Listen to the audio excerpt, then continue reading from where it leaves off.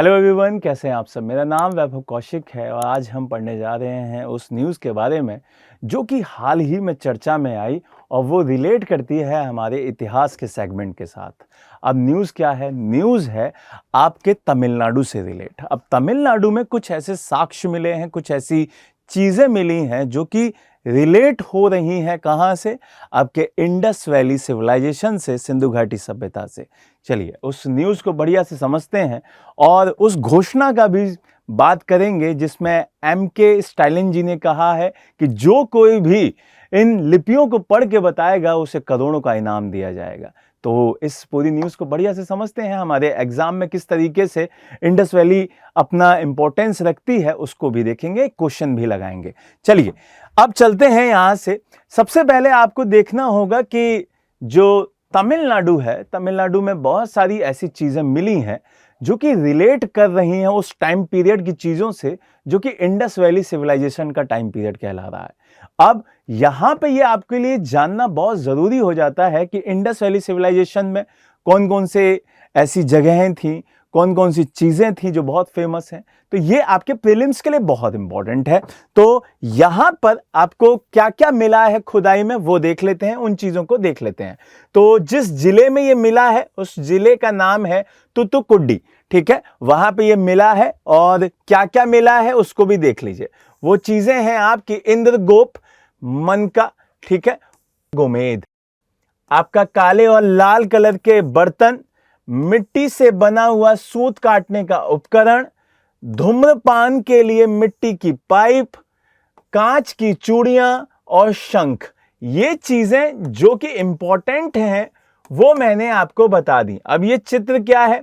ये पहला वाला चित्र है इंद्रगोप मन का, ठीक है, तो ऐसे ही दिखाई देते थे वो। दूसरा वाला जो ये आभूषण, ये जो आपको रत्न दिखाई दे रहा है वो कहलाता है आपका गोमेद, ठीक है, तो ये आपको याद रखना है। और जो चीजें हैं कांच की, जैसे चूड़ियां मिली हैं, वो छोटे छोटे पार्टिकल्स में मिली हैं, वो आपको ध्यान रखनी है। अब यहां पर 120 दफन कलशों में से भी एक मिला है और उसमें क्या भरा हुआ है? उसमें धान भरा हुआ है, धान का भूसा भरा हुआ है। क्लियर है ये चीज? तो ये बहुत इंपॉर्टेंट है। ये कितने साल पुराना बताया जा रहा है? ये 3200 साल पुराना बताया जा रहा है। इसका मतलब ये इंडस के टाइम पीरियड का ही बताया जा रहा है, ठीक है। चलिए अब यहां से दोनों की समानताओं की बात करते हैं कि क्या कुछ समानताएं भी दिखाई दे रही हैं।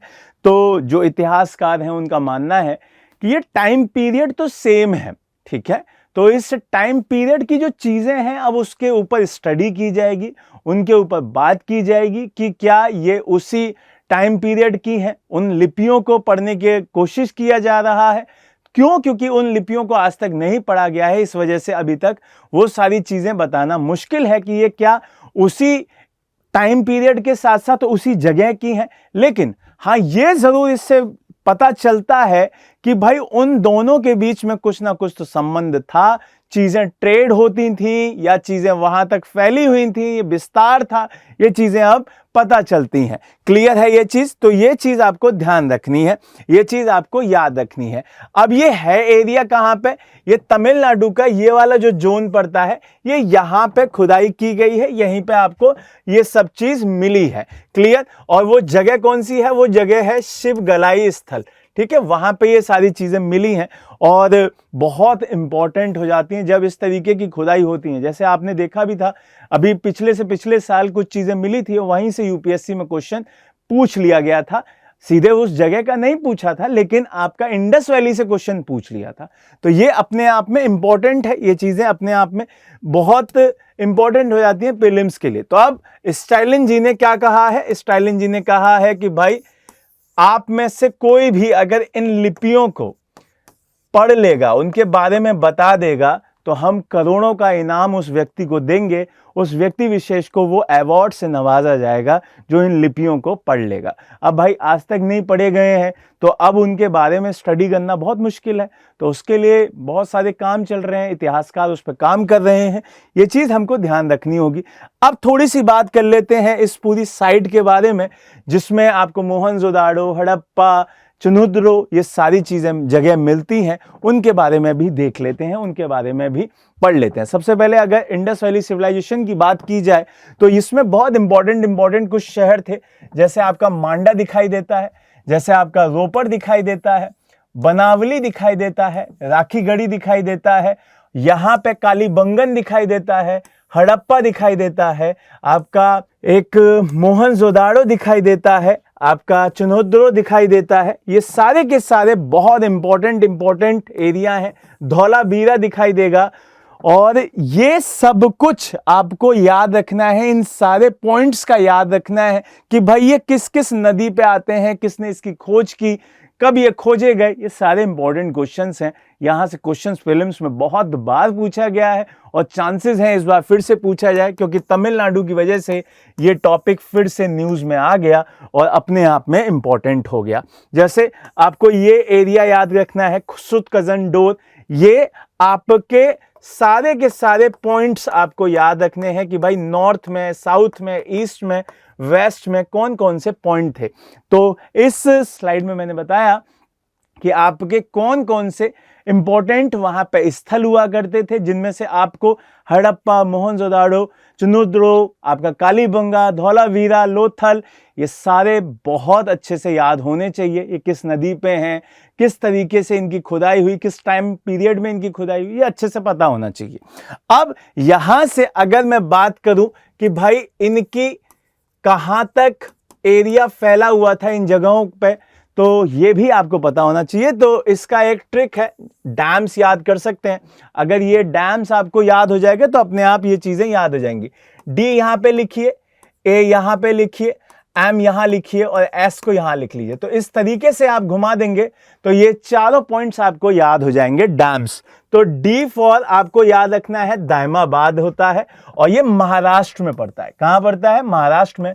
गोदावरी नदी के आसपास का एरिया है, ये बहुत इंपॉर्टेंट हो जाता है। दूसरा, अब हम ईस्ट में बढ़ेंगे इस वाले एरिया में, तो यहां ईस्ट में आपको याद रखना है आलमगीरपुर, जो कि मेरठ वाले जोन में पड़ता है। यहां पे आलमगीरपुर, ठीक है। आलमगीरपुर कहां पड़ता है भाई? मेरठ में पड़ता है। और मेरठ कहां पड़ता है? यूपी में पड़ता है। तो ये हिंडन रिवर पे है। किस रिवर पे है? हिंडन रिवर पे है। ये चीज आपको याद रखनी है। नॉर्थ में आ जाएंगे तो आप यहां पे आपको मांडा दिखाई देगा। क्या दिखाई देगा? मांडा दिखाई देगा, जो कि चेनाब रिवर पे है और जम्मू एंड कश्मीर में आता है। ये मांडा है और ये बहुत इंपॉर्टेंट हो जाता है, ये आपको याद रखना है भाई। यहां से आगे बढ़िए और यहां से आपको अभी थोड़ी देर पहले बताया सुतकजनडोर, जो कि आपका कहां पे है? जो कि आपका बलूचिस्तान में पड़ता है और दशांक रिवर पे आता है। ये भी बहुत इंपॉर्टेंट है। इस तरीके से आपको ये चारों पॉइंट्स याद होने चाहिए। आपको पता होना चाहिए कि नॉर्थ में कहां पे पॉइंट लाई करता था, साउथ में, ईस्ट में, वेस्ट में कहां करता था। इसको बहुत आसानी से आप याद कर सकते हैं डैम्स के माध्यम से। डैम से स्टार्ट कीजिए, डैम डी फॉर साउथ याद कर लीजिए, वहां से पूरा रिलेट कर दीजिए, बहुत इजीली याद हो जाएगा। ठीक है। फिर यहां से अब लास्ट में एक क्वेश्चन है आप लोगों के लिए, उस पर ध्यान दीजिएगा। सिंधु घाटी सभ्यता के संदर्भ में निम्नलिखित कथनों पर विचार करें। 2011 में यह आया हुआ क्वेश्चन है। यह मुख्य रूप से एक धर्मनिरपेक्ष सभ्यता थी और धार्मिक तत्व हालांकि मौजूद थे, लेकिन परिदृश्य पर हावी नहीं थे। इस अवधि के दौरान भारत में वस्त्र निर्माण के लिए कपास का उपयोग किया जाता था। ऊपर दिए गए कथनों पर कौन सा कथन सही है, ये आपको बताना है। केवल एक, केवल दो, एक और दो दोनों, ना तो एक ना दो। आईएएस में आया हुआ क्वेश्चन है। इसका आंसर कमेंट बॉक्स में दीजिएगा कि आपकी तैयारी कैसी चल रही है, आपको पता चले तो जरूर आंसर दीजिएगा। जय हिंद, जय भारत।